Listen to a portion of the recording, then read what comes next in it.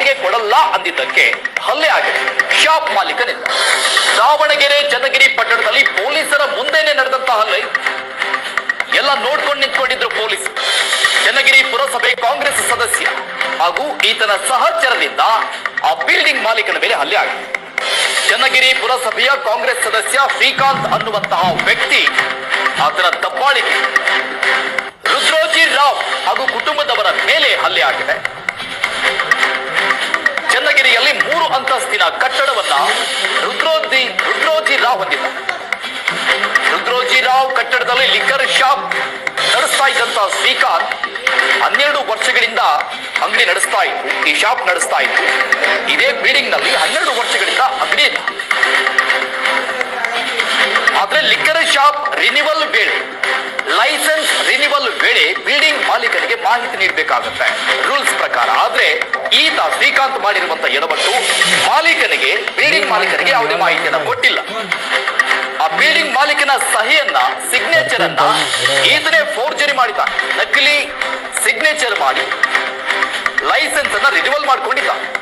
ಇದೆಲ್ಲ ಗೊತ್ತಾದಂತ ಬಿಲ್ಡಿಂಗ್ ಮಾಲೀಕ ಶಾಪ್ ಮಾಲೀಕನನ್ನ ಪ್ರಶ್ನೆ ಮಾಡ್ತಾರೆ, ಶ್ರೀಕಾಂತ್ಗೆ ಪ್ರಶ್ನೆ ಮಾಡ್ತಾರೆ. ಇದರಿಂದ ಸಿಟ್ಟಿಗೆದ್ದು ಆತನ ಮೇಲೆ ತನ್ನ ಸಹಚರರನ್ನ ಕರೆದುಕೊಂಡು ಹೋಗಿ ಹಲ್ಲೆ ಮಾಡಿದ್ದಾರೆ. ಈ ಘಟನೆ ಆಗ್ತಾ ಇದ್ದಂತೆ ಜಿಲ್ಲಾಧಿಕಾರಿ, ಅಬಕಾರಿ ಆಯುಕ್ತರಿಗೆ ದೂರು ಕೊಟ್ಟಿದ್ದಾರೆ ರುದ್ರೋಜಿ ರಾವ್, ಕಟ್ಟಡದ ಮಾಲೀಕ. ಇದರಿಂದ ಕೆರಳ್ತಾರೆ ಈ ಶಾಪ್ ಮಾಲೀಕ ಶ್ರೀಕಾಂತ್. ರುದ್ರೋಜಿ ರಾವ್ ಕುಟುಂಬದ ಮೇಲೆ ಹಲ್ಲೆ ನಡೆಸ್ತಾರೆ. ಹೋಟೆಲ್ ನಡೆಸ್ತಾ ಇದ್ದಂತಹ ಸ್ಥಳಕ್ಕೆ 50ಕ್ಕೂ ಹೆಚ್ಚು ಜನರನ್ನ ಕರ್ಕೊಂಡು ಬಂದು ನುಗ್ಗಿ ದಾಂಧಲೆ ಮಾಡಿರೋದು. ಆಸ್ಪತ್ರೆಗೂ ಬಂದು ಪೊಲೀಸರ ಮುಂದೆಯೇ ರುದ್ರೋಜಿ ರಾವ್ ಮೇಲೆ ಹಲ್ಲೆ ಮಾಡಿರೋದು ಶ್ರೀಕಾಂತ್ ಚೌಹಾಣ್ ಬೆಂಬಲಿಗ. ಆದ್ರೆ ಕಣ್ಮುಂದೆ ಹಲ್ಲೆ ನಡೀತಾ ಇತ್ತು. ನೋಡ್ತಾ ನಿಂತಿದ್ರಂತೆ ಪೊಲೀಸ್.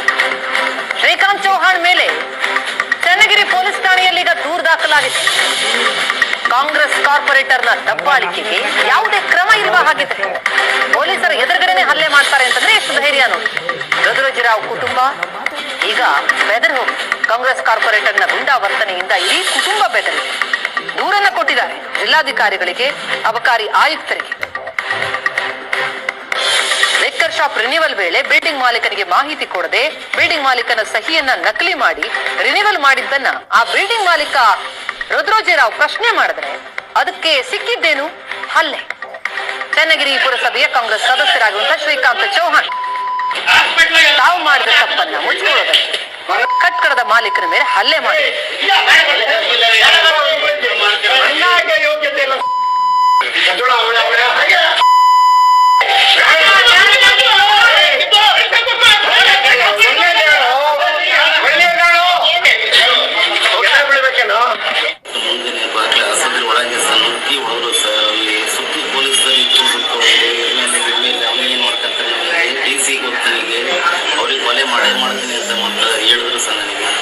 ಹೇಳ್ತಾರೆ ಸರ್.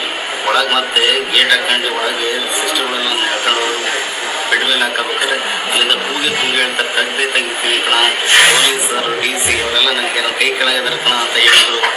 ಯಾವ ಕಾರಣಕ್ಕೂ ನನಗೆ ಈ ಕೊಲೆ ಮಾಡ್ತೀವಿ ಕಣ ಅಂತ ಹೇಳ್ತಾರ ಸರ್. ಏನು ಸರ್, ನಾವೇನು ಗಂಡು ಮಕ್ಕಳು ಸರ್, ಏನು ಹಾಕಿ ಹೊಡೆದು ನಾವು ಕೈಯೆಲ್ಲ ಹಾಕೊಂಡು ಈ ಘಟನೆ ಬಗ್ಗೆ ಡೀಟೇಲ್ಸ್ ಕೊಡ್ತಾರೆ ನಮ್ಮ ರಿಪೋರ್ಟರ್ ವರದರಾಜ್ ಈಗ ಸಂಪರ್ಕದಲ್ಲಿದ್ದಾರೆ. ವರದರಾಜ್, ಈ ರೀತಿ ಪೊಲೀಸರ ಎದುರುಗಡೆ ಹಲ್ಲೆ ಆದ್ರೂ ಅವ್ರು ತಪ್ಪಿಸ್ಲಿಲ್ವಾ? ಏನ್ ಕ್ರಮ ಆಗಿಲ್ವಾ ಶ್ರೀಕಾಂತ್ ಚೌಹಾಣ್ ಮೇಲೆ? ಪ್ರತಿಮಾ, ಇದು ಚನ್ನಗಿರಿ ತಾಲೂಕಿನಲ್ಲಿ 4 ಮತ್ತು 5 2 ದಿನ ಘಟನೆ ನಡೆದಿದೆ. ಅಂದ್ರೆ 4ನೇ ತಾರೀಕು ಮಧ್ಯರಾತ್ರಿ ಅವ್ರ ಮನೆ 12:30 ಹೋಗ್ಬಿಟ್ಟು ಒಂದು ಗಲಾಟೆಯನ್ನ ಮಾಡ್ತಾರೆ.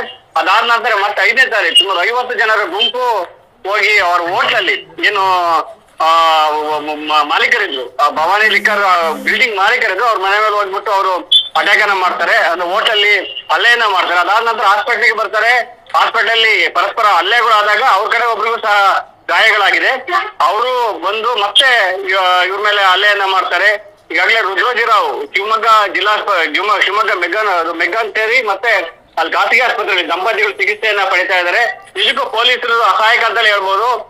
ಯಾಕಂದ್ರೆ ಅವ್ರ ಕಣ್ಣು ಮುಂದೆನೆ ಹೊಡೆದಾಟ ಇರ್ತಾರೆ, ಅವ್ರು ಯಾವುದೇ ಕ್ರಮಗಳನ್ನ ಕೈಗೊಳ್ಳೋದಿಲ್ಲ. ಮತ್ತೆ ಈ ಘಟನೆ ಅವತ್ತು ಮಧ್ಯಾಹ್ನ 5ನೇ ತಾರೀಕು ರಾತ್ರಿ ಮತ್ತೆ ಪೊಲೀಸ್ ಠಾಣೆ ಬಳಿ ಹೋಗುತ್ತೆ. ಪೊಲೀಸ್ ಠಾಣೆ ಬಳಿ ಹೋದಾಗ ಅಲ್ಲಿ ಸುಮಾರು 50 ಜನ ಗುಂಪಿರುತ್ತೆ. ಸ್ವತಃ DYSPನೇ ಅಲ್ಲಿ ಅವರು ಲಾಠಿ ಚಾರ್ಜ್ ಅನ್ನ ಮಾಡಿ ಅದನ್ನ ಘಟನೆಯನ್ನ ಅಲ್ಲಿ ಡಿಸ್ಪರ್ಸ್ ಮಾಡ್ತಾರೆ. ಚನ್ನಗಿರಿ ಪೊಲೀಸರು ಕಾಂಗ್ರೆಸ್ ಈಗಾಗಲೇ ಅಲ್ಲಿನ ಕಾಂಗ್ರೆಸ್ ಶಾಸಕರಿದ್ದಾರೆ, ಇವ್ರು ಕಾಂಗ್ರೆಸ್ ಕೌನ್ಸಿಲರ್ ಅನ್ನೋ ಕಾರಣಕ್ಕೋಸ್ಕರ ಯಾವುದೇ ಕ್ರಮಗಳನ್ನ ಕೈಗೊಳ್ಳಲ್ಲ. ನಿಜಕ್ಕೂ ಆ ನೊಂದ ಕುಟುಂಬಕ್ಕೆ ಪರಿಹಾರವನ್ನ ಈಗಾಗಲೇ ಒಂದು ರಕ್ಷಣೆಯನ್ನ ಕೊಡ್ಬೇಕಾಗಿತ್ತು ಪೊಲೀಸರು. ಆದ್ರೆ ಅಲ್ಲಿನ ಸ್ಥಳೀಯ ಪೊಲೀಸರು ಯಾವುದೇ ಕ್ರಮಗಳನ್ನು ಕೈಗೊಳ್ಳದಿದ್ದಕ್ಕೆ ಅವರು ಡಿವೈಎಸ್ಪಿಗೆ ಮೊರೆ ಹೋಗಿ DSP ನಂತರ ಅಲ್ಲಿ ಒಂದು ಕೇಸನ್ನಾಗುತ್ತೆ. ಇದುವರೆಗೆ ನೋಡ್ರಿ ಒಂದ್ ಪ್ರಕರಣ ಆಗಿದೆ. ಈಗಾಗಲೇ 4ನೇ ತಾರೀಕು ಘಟನೆ ಬಗ್ಗೆ ಒಂದ್ ಪ್ರಕರಣ ಆಗಿದೆ.